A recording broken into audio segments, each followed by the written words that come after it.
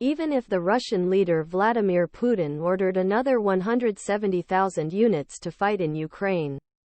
He pays for me not to protest against his wives, against his husbands.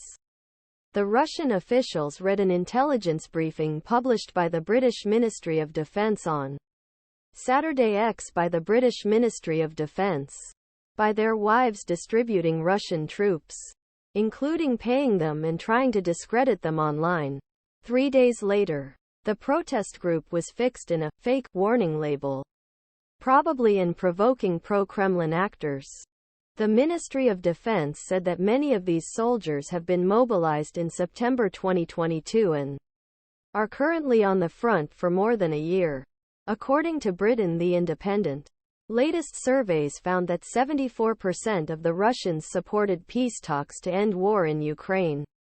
The suppression comes in the midst new deployment of 170,000 soldiers who go to places like Maryinka, a town east Ukraine, and have been destroyed for more than a year. Russian President Vladimir Putin's government pays soldiers' wives to avoid protesting the deployment of front.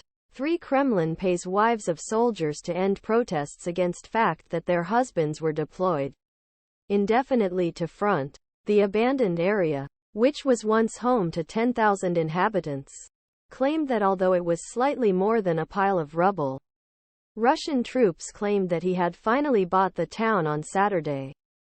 Moscow takes a hard line against wives of soldiers who protested deployment of their husbands in Ukrainian war. According to reports, the total number of Russian unions in Ukraine increased slightly over 1.32 million with a new deployment. According to reports, the Ministry of Energy said it was repaired on Saturday.